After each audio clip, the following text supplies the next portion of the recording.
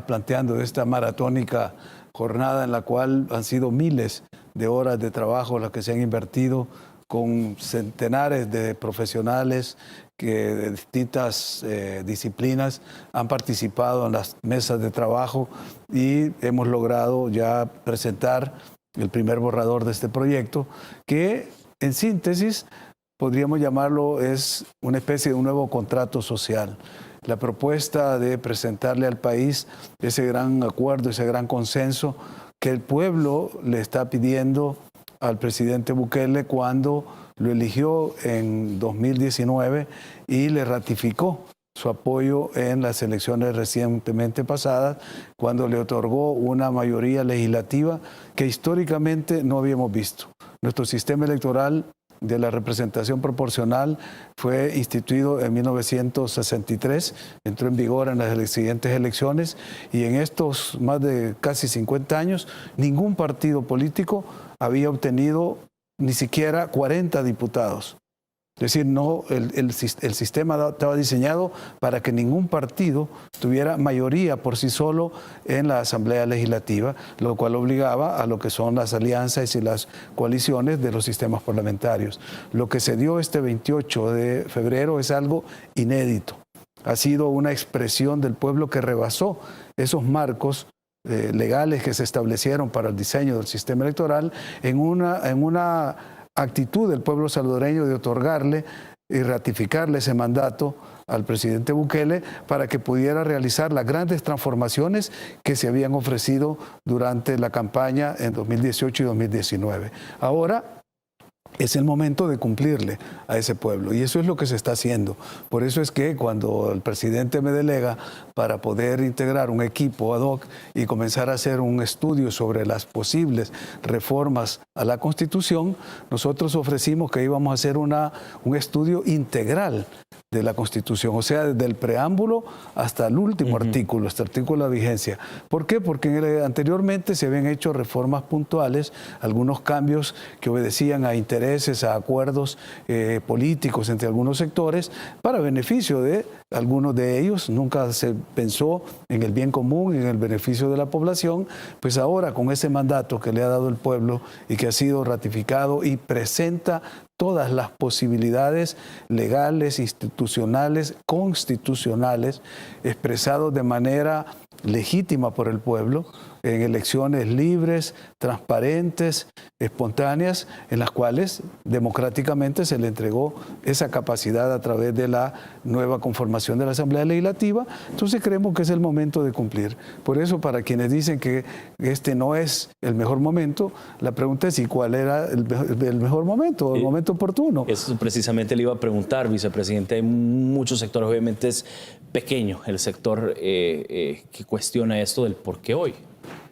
Sí, y lo cuestionan por una razón sencilla, porque están viendo que por fin se van a tomar decisiones en favor de las grandes mayorías de la población, que las transformaciones son realmente profundas, que no son cosméticas, que tanto en el catálogo de derechos fundamentales se amplían sustancialmente para garantizar derechos individuales y derechos colectivos. En el sistema económico y el régimen político también se mejora la calidad de la democracia porque se introducen instituciones que tradicionalmente se le habían negado al pueblo para asegurar su participación en la toma de decisiones, y finalmente se moderniza el Estado.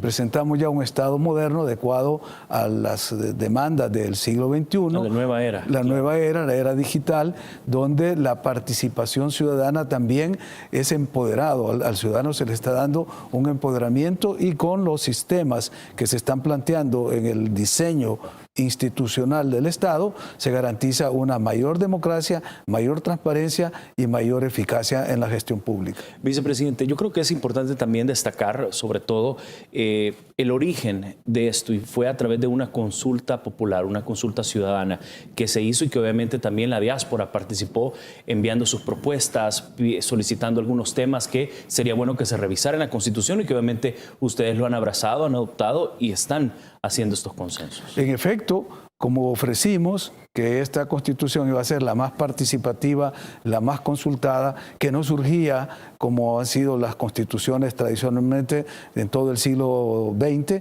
que fueron producto de golpes de Estado violentos, militares, en 1939 producto del golpe militar que había dado Martínez, luego la del 50 producto del golpe militar del 48, la del 62 producto del golpe militar del 60, la del 83 producto del golpe militar del 1979. Entonces dijimos ahora, en un momento de reflexión, de tranquilidad, podemos reunir esas voluntades de los distintos sectores de la sociedad para proponer este nuevo contrato social, pero no queríamos dejar fuera a esa parte de la población que son más de 3 millones de compatriotas que viven fuera del país, y para poder darles participación abrimos una plataforma que todavía está vigente, la pueden consultar los que estén interesados, simplemente ponen consulta.sb, la abrimos el 15 de noviembre, todavía está abierta, pero cerramos el proceso de recepción masiva de propuestas, de iniciativas, de ideas que nos llegaban en febrero para empezar a sistematizarlas. Pues quiero decirles y agradecerle a esos casi 4.000 salvadoreños, fueron 3.812 las propuestas que recibimos de salvadoreños residentes en 25 países alrededor del mundo, lo que indica que nuestra diáspora está pendiente, está atenta a los procesos internos nuestros y quieren participar. Hay algunas reformas que hemos introducido en el sistema político para garantizarles esa participación. Que de hecho ya más adelante vamos a hablar en específico de la diáspora. Pero dicho esto y obviamente analizando todo lo que usted nos acaba de decir, vicepresidente, ¿cuál sería el énfasis, el núcleo, el principio, el espíritu de este proyecto de reformas? Bueno, primero, tener como horizonte el bienestar del pueblo salvadoreño, el bien común para todos los salvadoreños sin exclusión. Es decir, todos somos parte de la gran nación salvadoreña. Los que vivimos dentro, los que viven fuera, los jóvenes, las mujeres, los pueblos originarios, los pueblos indígenas, sectores laborales, sectores empresariales, todos somos parte de esta nación. Entonces tenemos que buscar la mejor forma de expresar en la Carta Magna la garantía de esos derechos y, sobre todo, cómo se van a asegurar su cumplimiento, porque al final son las instituciones del Estado en una democracia las que tienen la responsabilidad de que los derechos garantizados, sobre todo en la parte dogmática de la Constitución, que va del artículo 1 al artículo 70, donde, repito, hemos ampliado el catálogo de derechos, hemos reconocido derechos que hace 10 años, 5 años, ni siquiera se nos hubieran ocurrido, ahora están como aspiraciones de muchas entidades y de muchos compatriotas y de muchas personalidades que nos las llevaron y están incorporados en esa parte dogmática. Pero ¿cómo se ejecutan si no hay dentro de la institucionalidad del Estado esa capacidad de hacerlo? Eso es lo que hemos asegurado con un diseño de un Estado moderno, con la creación de una auditoría social, que por cierto, hoy en la mañana tuve el agrado de tener una reunión de trabajo con la Defensoría del Consumidor, con el Tribunal de Ética Gubernamental y con el Instituto de Acceso a la Información Pública, porque son 3 entidades que junto con la Procuraduría para la Defensa de Derechos Humanos y la Corte de Cuentas, que la proponemos se cambie a una Contraloría General de la República, van a formar un sistema contralor que va a garantizar esa capacidad de defensa del ciudadano frente al ejercicio del poder público. De tal suerte pues que estamos asegurando toda una serie de mecanismos para que esos derechos se lleven a cabo. Y la línea transversal en este proyecto de reforma está en el respeto irrestricto al medio ambiente. Esto es parte de lo que en el último informe de Naciones Unidas, que se llama La Próxima Frontera, la era del antropoceno, nos está anunciando el agotamiento de muchos recursos naturales, los efectos negativos del cambio climático que estamos viendo y la necesidad de ponerle atención a esa relación del ser humano con el medio ambiente. Tal suerte pues que eso es un eje transversal que lo vamos a encontrar desde los derechos fundamentales, donde se crean derechos que no existían, derecho al aire puro, derecho a la alimentación adecuada, el derecho al agua, derecho a un medio ambiente adecuado. Es decir, derechos de carácter colectivo, pero también hay derechos de carácter individual que van a formar parte de ese nuevo catálogo de derechos que están incorporados. Por supuesto. Se habla también, bueno, y sobre todo por lo que hemos visto en las imágenes, hay consultas con diferentes sectores. Los hemos visto reuniéndose con la iglesia, los hemos visto reuniéndose con sectores también, sindicatos, organizaciones, también con academia, el cuerpo diplomático. Es decir, ha sido una reforma a la Constitución de la República de forma integral. Así es. Y en este proceso de consulta que estamos realizando en esta etapa, que es la que hemos llamado la parte de la validación, porque la consulta popular abierta que se hizo, que nos dejó más de 4.000 propuestas, 3.812 del exterior y el resto de las que recibimos en nuestras oficinas, donde llegaron personalidades, llegaron entidades, instituciones, como tú mencionas, religiosas, profesionales, incluso profesionales a título individual que con su práctica y su expertise nos llegaron a dejar propuestas, que es el caso del criminólogo de Ricardo Sosa, que nos llevó una presentación excelente, y otros más que llegaron en los temas económicos. En fin, hicimos una consulta muy variada. Entonces yo creo pues que este periodo de validación que estamos haciendo, decidimos hacerlo ya con los sectores organizados de la sociedad y en función de su especificidad. Por eso dijimos, vamos a reunirnos con el sector laboral. De hecho, hemos tenido reuniones con varios sindicatos y vamos a seguir teniendo con otros sindicatos que nos han solicitado su participación. Al sector empresarial también fue convocado, el sector académico, todas las universidades, 41 universidades fueron convocadas, dentro de ellas, incluyendo la Universidad Nacional, que por cierto también vamos a tener un conversatorio en la Facultad de Derecho para abordar desde el más alto nivel académico este tipo de ejercicios que estamos haciendo de validación. El cuerpo diplomático también, con todos los embajadores y jefes de misión, se les presentó también para desactivar esa campaña que hay hacia el exterior de algunos grupos que se oponen sistemáticamente a este proyecto, que ven afectados sus intereses porque cambia el status quo, porque estaban muy cómodos en el status quo y por eso nunca lo quisieron cambiar, no obstante haber tenido las posibilidades de hacerlo, porque los dos partidos que administraron la posguerra, uno gobernando 20 años y el otro gobernando 10 años, tuvieron mayorías legislativas y no se les ocurrió en ningún momento de poderlo cambiar. Claro. Y ahora, a través de sus voceros, están criticando, incluso empezaron a criticar sin conocer el proyecto.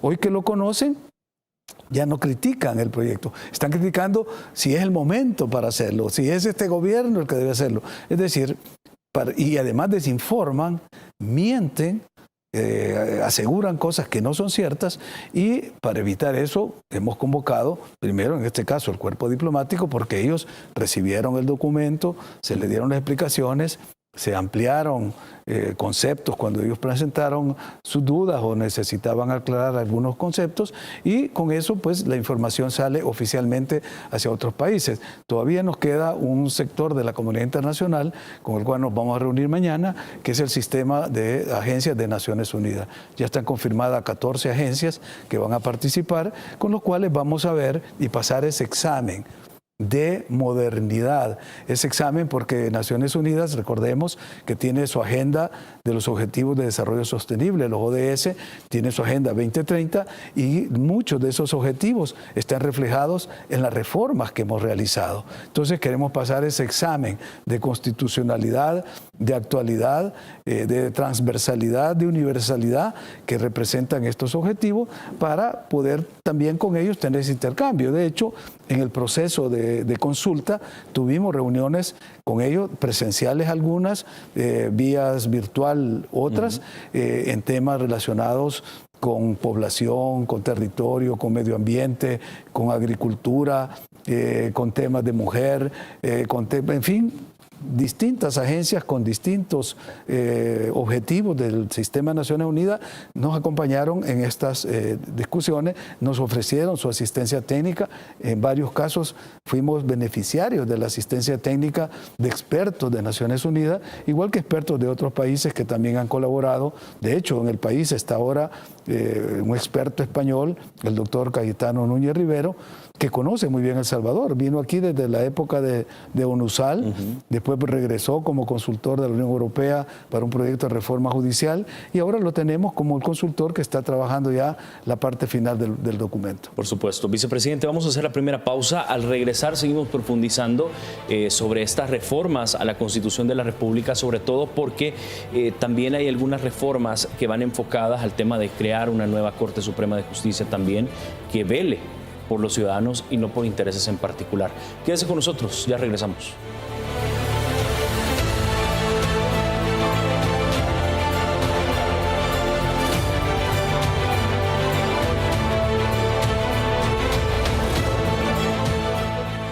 Disfruta de la vida. El dolor, déjaselo a Aleve. Aleve alivia el fuerte dolor e inflamación hasta por 12 horas. Científicamente comprobado. Alivialo con Aleve. Si es Bayer, es bueno.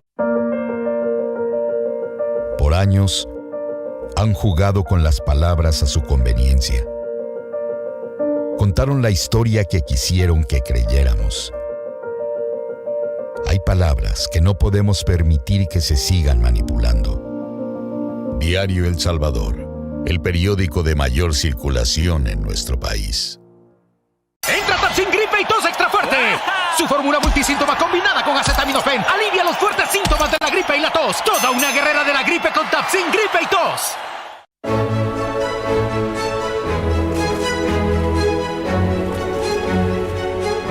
Saca tu bandera y lúcela como símbolo de esperanza por un año nuevo lleno de alegría, optimismo y sueños por cumplir. Construyamos unidos una patria nueva con prosperidad para todos. Recibamos orgullosos el año del Bicentenario. Gobierno de El Salvador. Con Alka-Seltzer disfruta tus momentos. Rápido alivio de acidez, agruras, indigestión y dolor de cabeza. Alka-Seltzer, especialista en salud digestiva.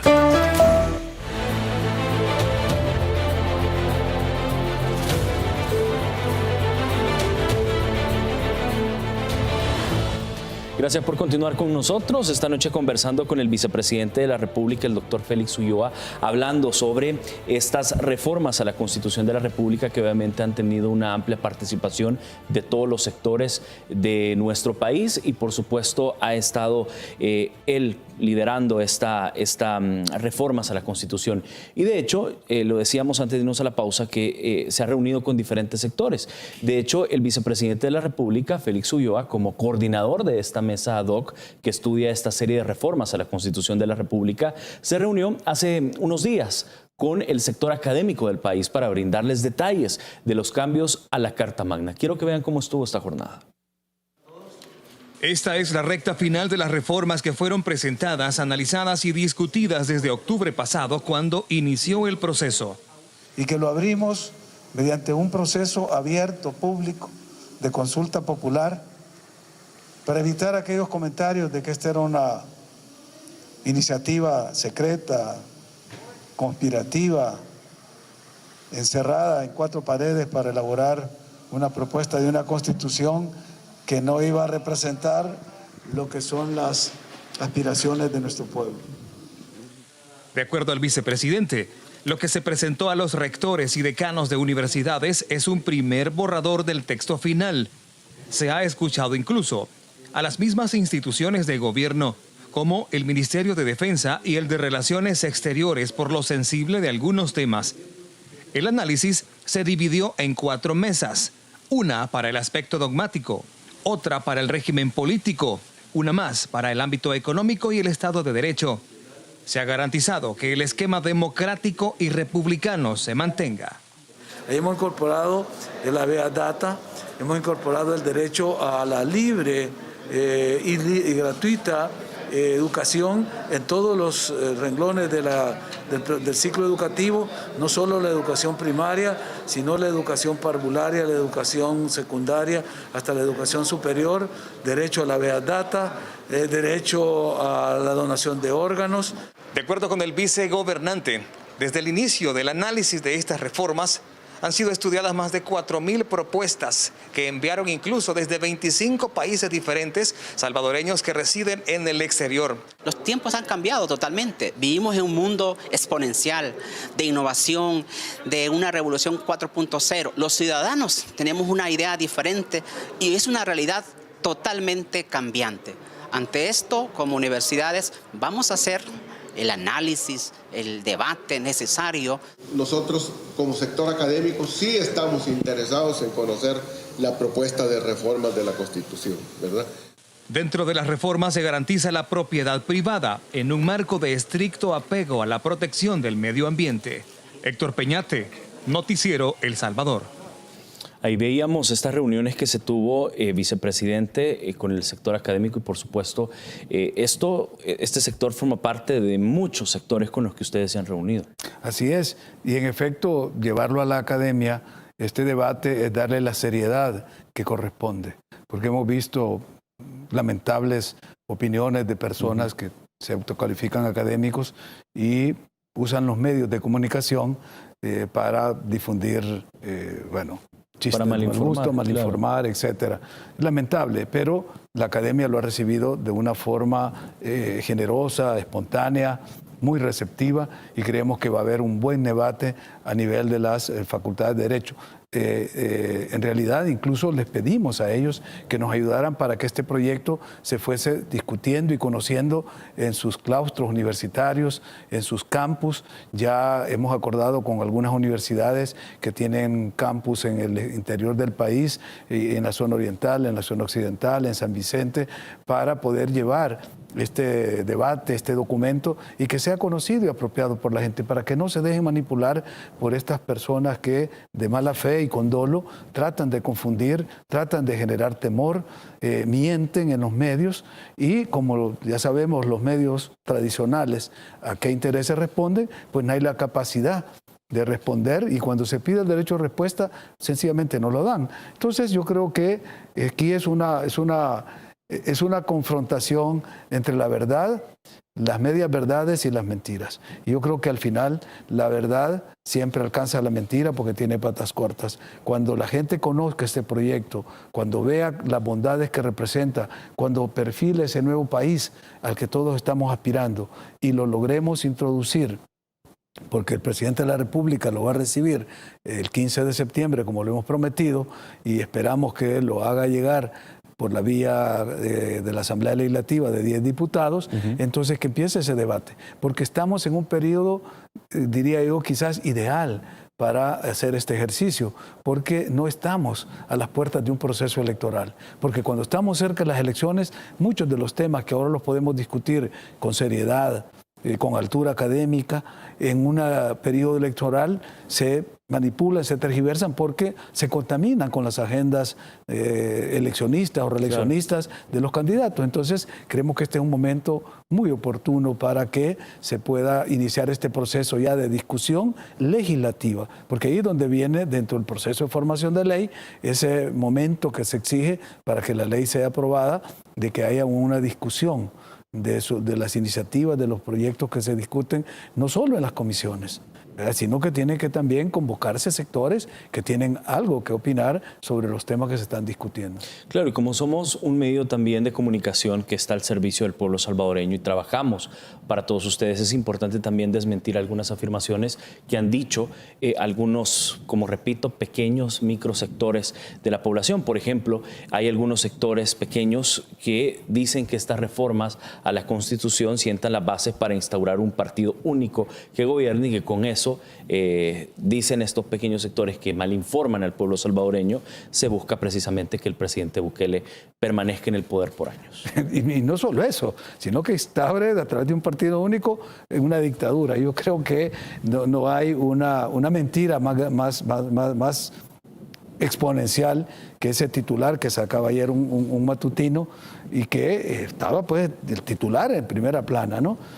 Y digo que es una mentira porque si examinamos el artículo que regula, donde dice que hemos eliminado la afirmación que tiene la Constitución actual, que viene en 1983, de que se prohíbe toda forma de partido único, es porque cuando empezamos a definir el sistema político decimos que el sistema político es pluralista. Desde ese momento ya no puede haber un partido único, el sistema es pluralista. Además continúa, se expresa por los partidos políticos en plural. Y además le agregamos una figura nueva que es las asociaciones no partidarias, que como ya las vimos por una sentencia constitucional, se permitió las candidaturas no partidarias. O sea, se reformó ese artículo.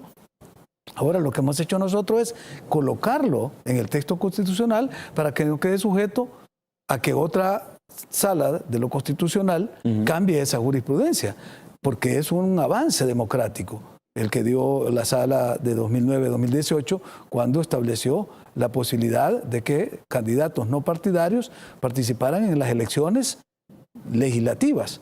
Entonces nosotros ya lo dejamos consignado, pero además lo hacemos extensivo a la elección del presidente de la República.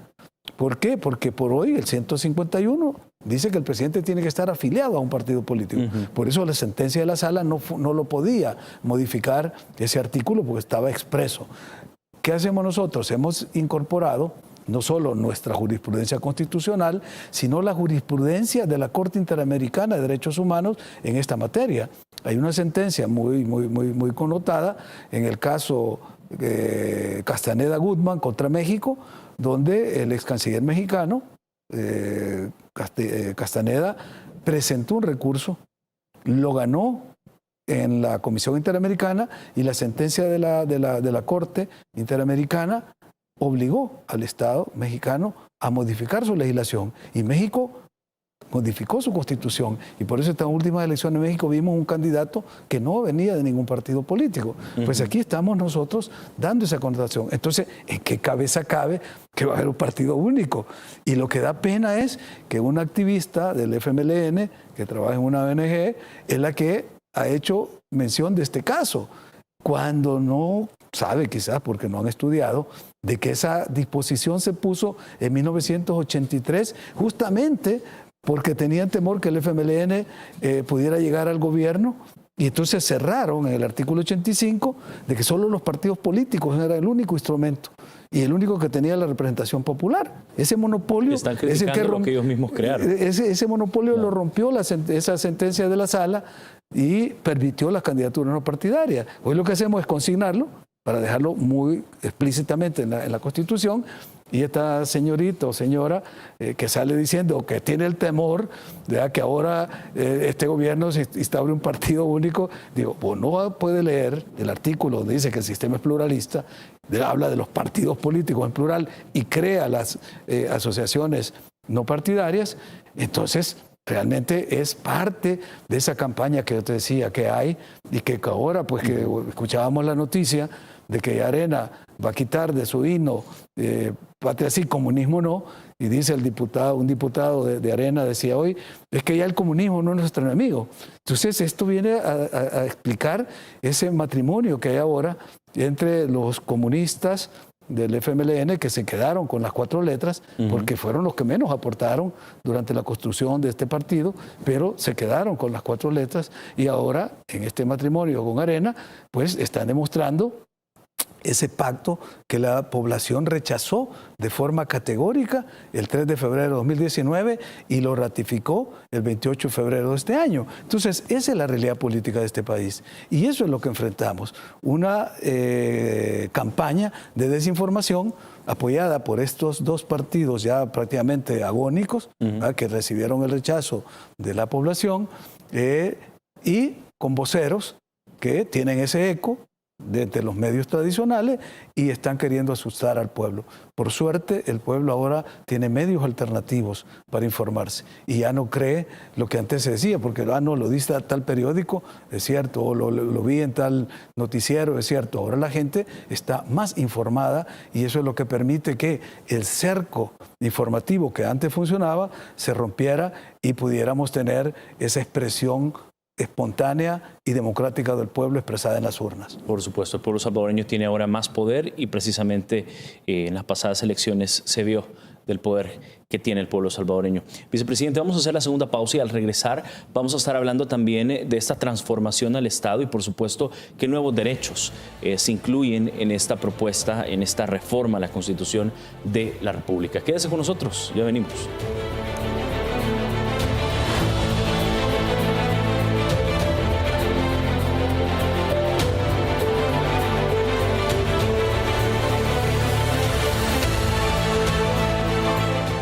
En la entrevista de mañana, Marisol Dorat recibe a Vladimir Barahona, diputado de la Asamblea Legislativa por Nuevas Ideas. Aronet Rebeca Mencía, diputada de la Asamblea Legislativa por Nuevas Ideas. Y a Saúl Castelar, viceministro de Transporte. AM. A las 6:30 de la mañana, por Canal 10 y sus plataformas digitales. Por años, han jugado con las palabras a su conveniencia. Contaron la historia que quisieron que creyéramos. Hay palabras que no podemos permitir que se sigan manipulando. Diario El Salvador, el periódico de mayor circulación en nuestro país.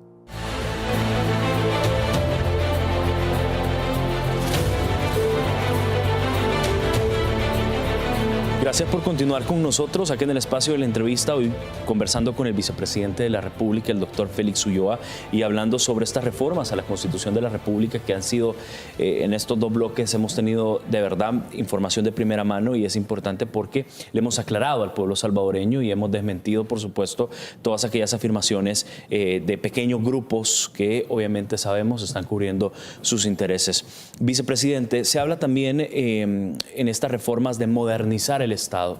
Quizás para que el pueblo salvadoreño también pueda entender y comprender de qué forma se va a modernizar el Estado. Bueno, mira, la parte orgánica de la Constitución, que es donde están toda la institucionalidad, empezando por los tres órganos fundamentales, el legislativo, el ejecutivo y el judicial, han tenido intervención en todos. En el caso de la Asamblea Legislativa, del órgano ejecutivo, y quizás el que más transformaciones se van a ver es en el órgano judicial, porque necesitamos tener un órgano judicial que sea actuante, que administre la pronta y cumplida justicia, y hoy por hoy lo veíamos muy cargado en la Corte Suprema de Justicia de actividades administrativas, es decir, 15 magistrados tenían que estar viendo la sanción de un abogado o la reposición de una hoja de protocolo cuando tenían 3.000 casos atrasados en una sala. Entonces hemos tratado de resolver ese conflicto y hemos separado las funciones administrativas del órgano judicial, de la Corte Suprema de Justicia, mejor dicho, con las funciones jurisdiccionales. Y además hemos separado la Sala de lo Constitucional y creado un Tribunal Constitucional porque también era necesario separar este tribunal, que es de instancia única y suprema, nadie puede recurrir de sus sentencias en un tribunal de cierre, de lo que es una Corte Suprema, que es un tribunal de casación de tercera instancia.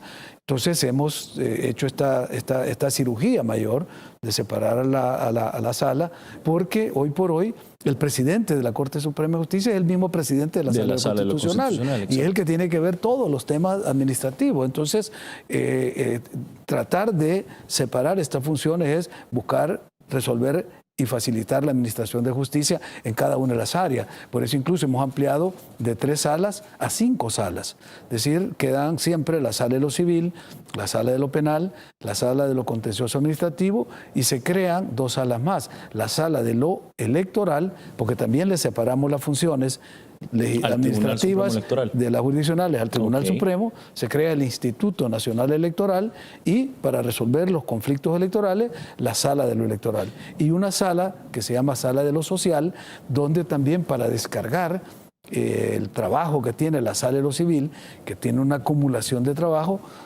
creamos esta sala que va a tener competencia sobre temas de familia, temas laborales, temas de medio ambiente, que hoy por hoy pues se acumulan en esta sala. Así que ese ejercicio es una de las grandes transformaciones que hay.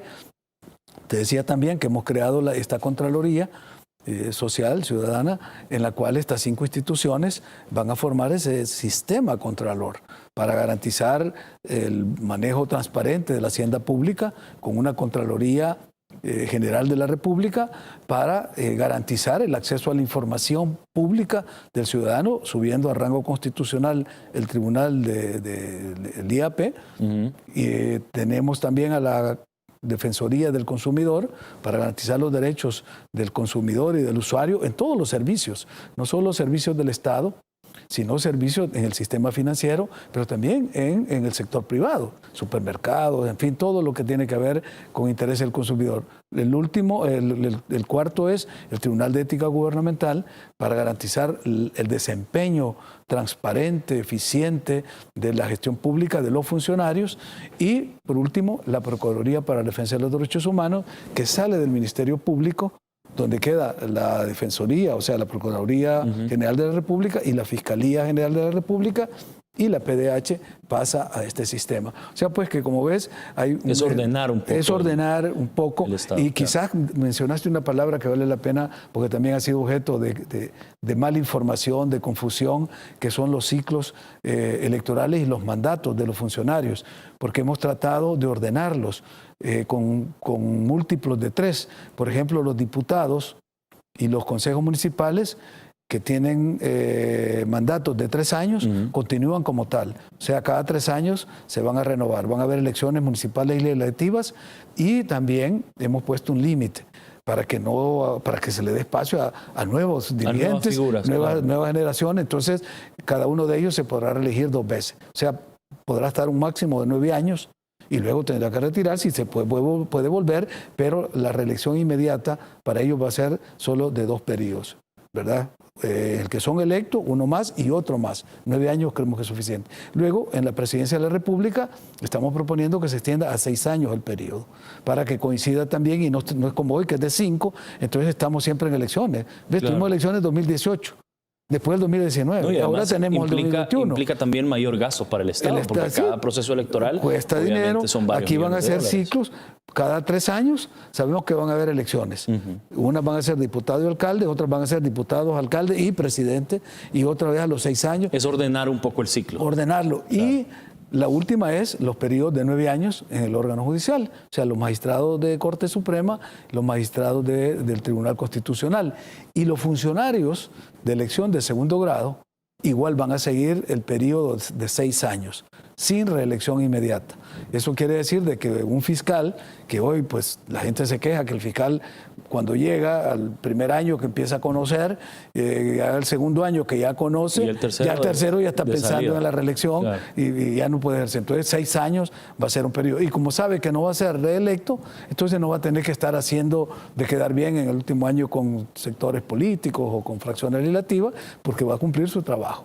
Y si lo hizo bien, va a poder regresar cuando le toque otro periodo, porque lo que estamos evitando es que haya reelección inmediata en ese segmento de los periodos para los funcionarios de elección. ¿Cuánto tiempo de intervalo, y seguramente la población también está al pendiente, cuánto intervalo entre un periodo y otro para poderse reelegir? En el caso de la presidencia y de los funcionarios de segundo grado, es un periodo. Okay. Y esto no es una cuestión que nosotros la queremos imponer porque se nos ocurrió. Esto lo consultamos con los constituyentes, los que están vivos. Tuvimos una reunión con ellos de trabajo y fueron todos unánimes y contestes que ellos siempre pensaron que el periodo iba a ser de un periodo que se dejaba de un hiatus entre un mandato y la reelección, y que la sala, esta sala, sin ninguna explicación válida, dijo que eran 2 periodos. Entonces, para evitar eso, nosotros, al revisar el texto constitucional, vemos con claridad en el artículo correspondiente de que se trata de un periodo, pero ahora lo hemos dejado regulado de manera tal que no quede duda y que no quede sujeto a interpretaciones. Ese es otro tema, quizá por eso se ve tanta reforma, porque hay muchos artículos que lo que hemos hecho es simplemente cambiarle la redacción confusa que tienen. Entonces el espíritu sigue siendo el mismo, ¿verdad? Y hay 20 artículos derogados. De hecho, los nuevos artículos, nuevos que hemos creado, son 7 artículos, creo.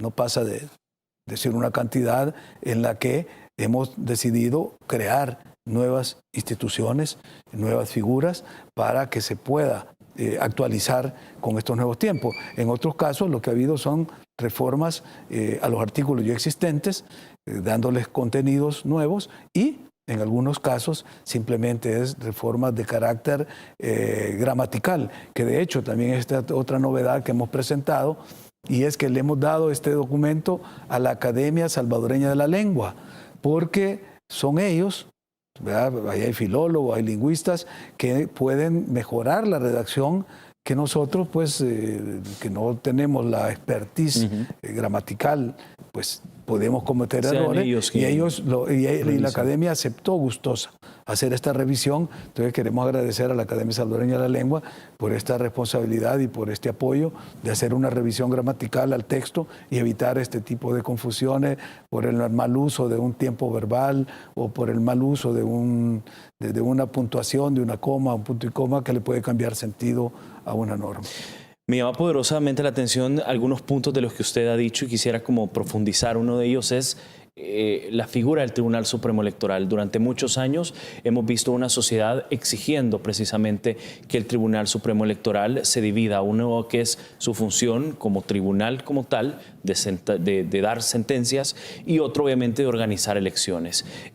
Veíamos incluso en anteriores mandatos del tribunal, y en este, por ejemplo, lo hemos visto, un desorden completo en el tema de elecciones, tanto a la hora de emitir una sentencia como a la hora de organizar. Esa es una experiencia que tuve que vivir yo durante mi periodo de magistrado, en el cual insistíamos en que se separaran estas funciones, y siempre tuvimos la misma excusa: no es tiempo, no es el momento, estamos ya en la próxima elección. Entonces se fue demorando y demorando, y han pasado ya más de 20 años desde que se modificó la estructura del Tribunal Supremo Electoral, del antiguo Consejo Central de Elecciones, y ahora nosotros lo hemos tomado y lo hemos asumido como un desafío y con la posibilidad de hacerlo.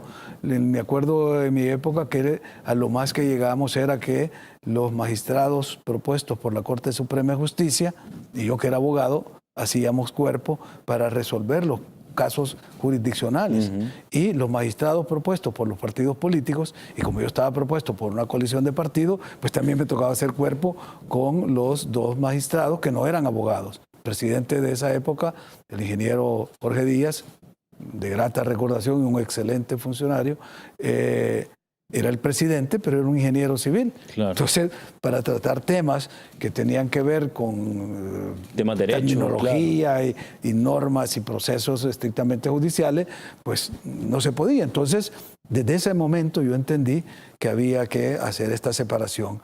Y hemos luchado, hemos hecho propuestas, y hasta la fecha nunca se ha podido. No ha habido la voluntad política, porque de poderse se pudo. Estas mayorías que tenían los 2 partidos mayoritarios, ARENA y el FMLN, en la Asamblea Legislativa, era suficiente para iniciar un proceso de reforma. Nunca lo hicieron. Y nunca lo hicieron porque estaban cómodos con el sistema, porque empezaron a manipularlo, a beneficiarse de él, y por lo tanto no querían cambiarlo. Entonces, ahora que viene esta transformación, que no solo, digo, moderniza, sino que democratiza el sistema, entonces hoy vemos las grandes oposiciones que están surgiendo, y es entendible, es decir, se les acaba el negocio a muchos. Claro. Incluso muchos de los abogados que critican se les acaba el negocio porque son litigantes y han sido litigantes en materia constitucional. Entonces ahora que han visto de que ya no van a poder hacer sus demandas, que las hacían incluso en su despacho con algunos magistrados, y ya sabían cómo se iba a fallar y era negocio, eso se termina. Y esos son los que más están en este momento criticando este proyecto, aún sin conocerlo. Porque algunos de ellos incluso fueron invitados de estos sectores para participar en el proceso. Incluso se les invitó. Y no llegaron. El doctor Fabio Castillo, que estuvo trabajando con nosotros durante mucho tiempo, casi el 90% de este proyecto es producto del periodo en que él estuvo presente, se encargó de llamar personalmente uno por uno a muchos de estos abogados que hoy salen criticando y no quisieron llegar. Entonces, ¿qué autoridad moral pueden tener hoy para venir a criticar un proyecto en el cual no solo no quisieron participar, sino que no conocen y aún así se atreven a criticarlo? Claro. Doctor, vamos a hacer la última pausa y al regresar venimos hablando también de otros temas y es estos nuevos derechos que se incluyen dentro de esta reforma a la Constitución de la República. Quédense con nosotros, ya regresamos.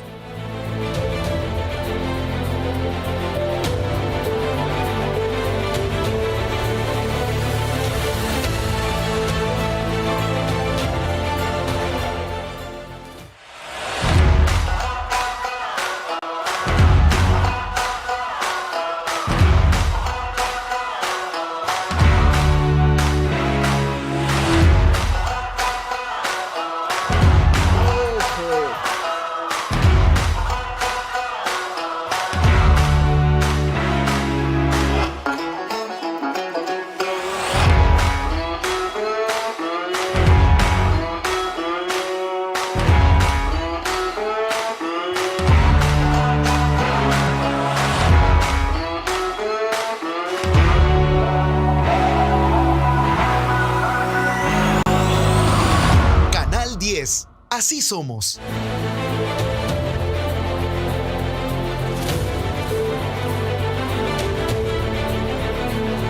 Gracias por continuar con nosotros, pueblo salvadoreño. Esta noche conversando con el vicepresidente de la República, Félix Ulloa, sobre estas reformas a la Constitución de la República, que obviamente ha tenido una participación importante de todos los sectores y, por supuesto, un respaldo desde Naciones Unidas en todo su proceso de elaboración, de construcción. Antes de pasar quizás a temas puntuales como los nuevos derechos que también se incluyen, hay un tema de pronto un poco sensible, pero es importante abordarlo, sobre el tema del aborto y el tema sobre el matrimonio igualitario. ¿Cuál es la postura que se tiene desde la visión de esta nueva reforma a la Constitución? Mira, este es un tema que se discutió ampliamente. Escuchamos a todos los grupos que trabajan estos temas, organizaciones feministas, grupos pro vida. Claro. Llegaron todos muy bien documentados, con médicos, con abogados, con una cantidad de ejemplos en un caso y en el otro caso. Y como dijimos nosotros, pues no somos jueces para decir este tiene razón o este no tiene razón. Simplemente es un tema de interés nacional y que había que abordarlo. Tampoco lo íbamos a evadir. Entonces lo abordamos desde el punto de vista que creemos que es ética, filosófica y espiritualmente el más adecuado. Y no era abordarlo desde la perspectiva del aborto, que es la perspectiva de la muerte del nascituro, ¿no? Si hay derecho a matarlo o no hay derecho a matarlo. Eso hubiera sido una aproximación errónea, equivocada, inmoral y antiética. Entonces lo que hicimos era verlo desde la perspectiva de la vida. Y entonces dijimos, la Constitución garantiza la vida de todos los seres humanos. Ese es el principio. Entonces, en un tema de esta naturaleza hay dos vidas que están o pueden estar en riesgo. La vida del nascituros y la vida de la madre, de la gestante. Entonces, ¿qué tenemos que garantizar? Es el derecho de la vida de ambos. Entonces, si hubiese una colisión, decimos, pues será la ley, la legislación correspondiente la que lo va a resolver. ¿Cuál es esa legislación correspondiente? Hoy por hoy es el Código Penal, porque el Código Penal es el que penaliza el aborto, que es una interrupción de un proceso de gestación por cualquier razón. O sea, cualquier razón en este momento que interrumpa el proceso de gestación es un delito y se considera aborto. Entonces decimos, le corresponderá a los legisladores, sobre todo en esta materia, definir cómo dirimir ese conflicto en caso de que se dé. Pero no nos toca a nosotros, mucho menos, hablar del aborto en una constitución. Entonces, todo lo que han andado diciendo que esta constitución es abortista o que estamos promoviendo el aborto, no solo están engañando a la población, están mintiendo sobre el tema, sino que no abordan la perspectiva, muchos de ellos, porque he escuchado a algunos que se autodenominan cristianos, que no valoran la vida las dos vidas que están en proceso. Esa es la aproximación que nosotros hemos hecho. Y en el otro caso de los matrimonios igualitarios, tampoco, no corresponde en una constitución definir esos temas. Son temas que se tratan, en nuestro caso, aquí en El Salvador, en el Código de Familia. Es el Código de Familia el que por eso se llama Código de Familia, porque la familia, tal como está definida actualmente en la Constitución, es la base de la sociedad y tiene como base el matrimonio. Nosotros seguimos reconociendo eso, pero también hemos reconocido que hay otras formas de uniones que la ley las reconoce. Aunque no están en la Constitución, pero hoy por hoy la ley las reconoce. Y solo para poner un ejemplo, en la ley del Seguro Social y en los reglamentos del Seguro Social reconocen a la compañera de vida del trabajador que la puede inscribir, ser su beneficiaria y sus hijos son también beneficiarios y no es un matrimonio. Es decir, son unas uniones de hecho. Pero sí le garantiza el hecho de su salud. De su salud, claro. Los derechos patrimoniales, derecho a heredar, derecho a recibir, que son constitucionales. Entonces ahí también decimos, esto lo tiene que resolver la ley. O sea, pues que en ninguno de ambos casos, que es otra de las mentiras que se han estado difundiendo, no estamos proponiendo ni postulando ningún tipo de matrimonios igualitarios ni de otra naturaleza, sino estableciendo que sea la ley la que lo dé, o sea, abriéndole el paso a la ley. Y lo mismo con el aborto, no estamos hablando ni a favor ni en contra del aborto, estamos abriendo el paso a que la ley establezca cómo se resuelve un caso en el que hubiese una colisión de derechos entre las dos vidas que pueden estar en riesgo y que la hemos visto en innumerables casos. Pues no es una cuestión de laboratorio ni de teoría, son casos concretos, verídicos que los hemos visto en esta realidad y que por esa visión egoísta, antihumana, anticristiana de algunos grupos, permiten pues que algunos de las dos vidas se pierdan, ya sea la de la madre o la del nascituros. Y hay situaciones, y sobre todo en ese momento de la gestación, en la que la vida del no nacido depende de la vida de la madre. Entonces hay que proteger la vida de la madre para que la vida del no nacido también se garantice. Por eso es que nuestra visión y nuestra aproximación ha sido desde el punto de vista de la vida y no de la muerte. Interesante este aspecto. Abel, con respecto a la libertad de culto, por ejemplo, vicepresidente, ¿se está contemplando hacer algún cambio importante? Mira, ahí hemos recibido varias propuestas de todas las iglesias, de todas las religiones. Incluso algunos nos dijeron que no querían que se les llamara iglesia porque eso tenía que ver más con otras connotaciones, sino expresiones de fe. Recibimos a todas las expresiones, incluso no solo las que conocemos tradicionalmente de origen cristiano, sino otras que no son de origen cristiano, pero que tienen su presencia y sus prácticas en nuestro país, y que esto viene desde las constituciones del siglo XIX, donde se garantizaba la libertad de culto. Entonces lo que hemos hecho nosotros es simplemente ponerlas todas en igualdad de condiciones, porque fue una petición que hubo de que no hubiese una que fuese reconocida, como hoy por hoy, que se reconoce la Iglesia Católica, y las demás que se les diera reconocimiento, decían ellos, como que fueran ONGs, que tienen que ir a inscribirse al registro de fundaciones y asociaciones sin fines de lucro. Entonces, desde la Constitución se les está reconociendo ese derecho de igualdad a todas las expresiones de fe. Y por supuesto, la concepción de un Estado laico que viene también desde nuestras constituciones del siglo XIX, desde la separación de la Iglesia y el Estado, que son las reformas de la Constitución del 86, y que hoy por hoy lo tenemos que expresar para que tanto la educación como cualquier otra expresión en la que el Estado necesite definirse, no haya esa confusión entre Iglesia y Estado, sino una separación total y el principio de laicidad en toda la acción del Estado. Me quedan alrededor de 4 minutos, vicepresidente. Yo insisto, es sumamente amplio este tema y en una hora no se logra abordar, pero sí quisiera que le comentara al pueblo salvadoreño qué tipo de derechos son los que ya se incluyen, nuevos derechos que se incluyen dentro de esta reforma a la Constitución. Usted hablaba hace poco del derecho a la donación de órganos, por ejemplo. Es un derecho que no lo tenemos contemplado, pero hay otros que, en lo que tú decías, en este proceso de modernización, de innovación, de entrar, como decía uno de los rectores que habló en la presentación que hicimos a la academia, estamos ya entrando de lleno en la era digital. Claro. La industria 4.0 nos la han reclamado, incluso cuando visitamos con el presidente, cuando era todavía candidato en la Asociación Salvadoreña de Industriales, nos planteaban la necesidad de que el Estado fuera abriéndose para que la industria 4.0 se fuera incorporando en los procesos industriales y en las cadenas de valor. Entonces estamos poniendo esos temas en el centro, y uno de los mecanismos es que la Internet, que es una de las herramientas de esta nueva revolución industrial, sea gratuita y sea un derecho humano que se puede exigir. La habeas data, que es otro derecho humano que no estaba considerado, también está incorporado. Y así pues vamos a encontrar el derecho a la verdad, conocer la verdad, es un derecho también fundamental. El derecho a la libertad de conciencia.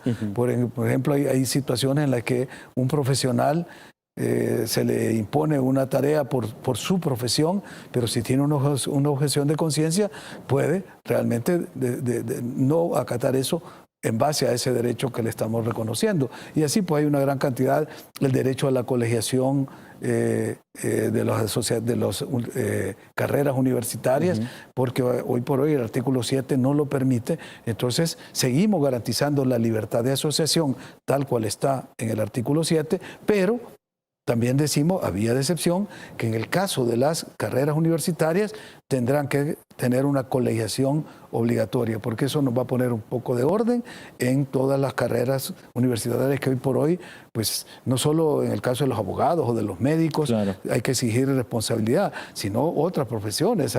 Vemos urbanizaciones que las casas se caen porque fueron mal construidas, y esos profesionales, ¿dónde están? Desaparecieron. Edificios que se inundan porque hubieron malas construcciones. Es decir, hay toda una serie de regulaciones que solo los colegios profesionales las pueden realizar, y por eso estamos permitiendo ya la colegiación obligatoria. Y como última pregunta, ¿en qué etapa se encuentra estas reformas, documento de anteproyecto? Bueno, como te decía, el día de mañana tenemos una reunión con el sistema de Naciones Unidas para hacer esta validación ya con esta instancia de la comunidad internacional.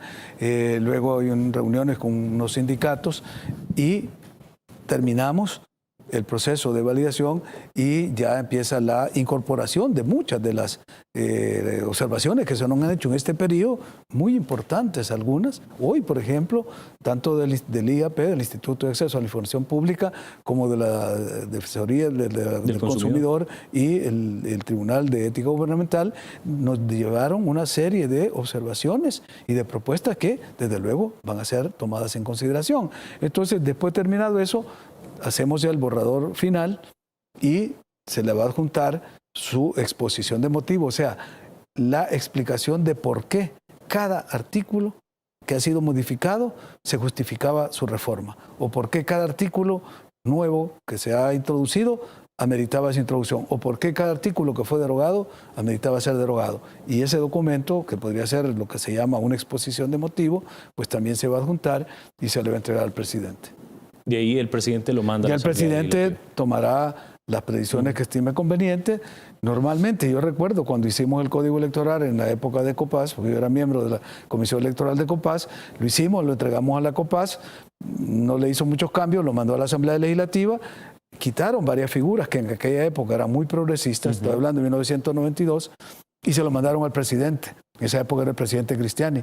El presidente le hizo una serie de cambios que yo creo que no eran adecuados para nuestra realidad, unas franjas electorales que crearon ahí, y ya lo mandó, y fue el código vigente en febrero de 1993, con el que administramos elecciones hasta el 2013, que crearon este último. Entonces ese proceso, igual el presidente hoy lo puede recibir, puede hacerle ajustes, modificaciones, mandarlo a la Asamblea y que 10 diputados por lo menos le den iniciativa, y empieza la discusión en la Asamblea, que yo creo, y repito, es el mejor momento porque no tenemos elecciones hasta dentro de 2024, y cualquier discusión, cualquier debate se va a dar sin esas aprehensiones ni la contaminación de una campaña electoral. Por supuesto.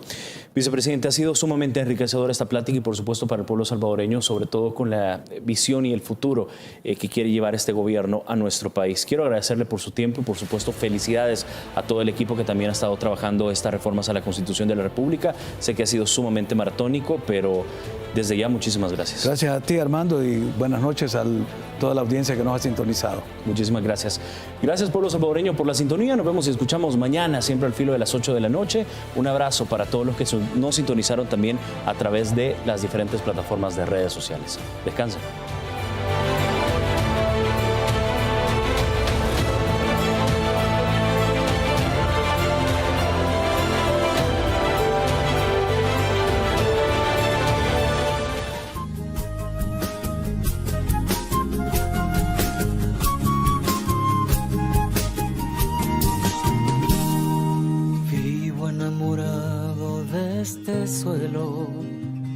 No me canso de tu luna y de tu cielo, porque yo elegí aquí sembrar mis sueños, porque Dios llenó de magia este pueblo. Voy desde cipote entre la hierba, en mi sangre llevo todos tus paisajes. ¿Cómo no he de amar tu belleza? Como el toro goz yo te canto hoy con fuerza. Como el Salvador no hay dos, bendita tierra, con tus playas, paraísos de sirenas. Si me fuera un día de vos, tal vez muriera. Río Lempa recorriéndome las venas, con el alma tan sincera. Esta es tierra de pipiles y de lencas.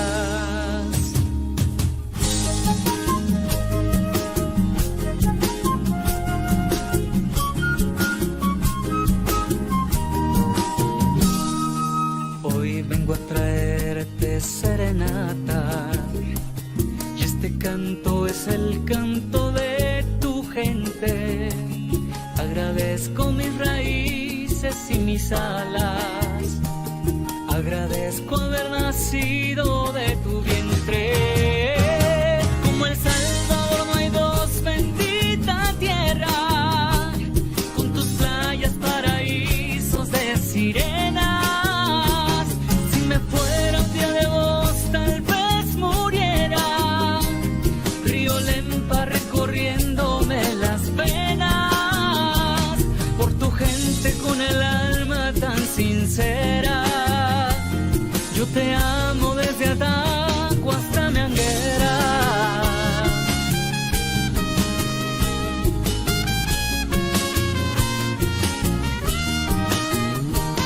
Como el Salvador no hay dos, bendita tierra, con tus playas, paraísos de sirenas.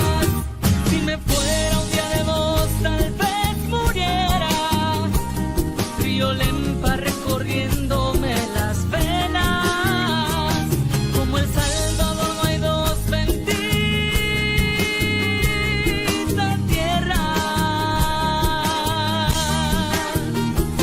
Si me fuera un día de vos, tal vez muriera. Río Lempa recorriéndome las venas, con el alma tan sincera. Yo te amo desde el llano hasta la sierra.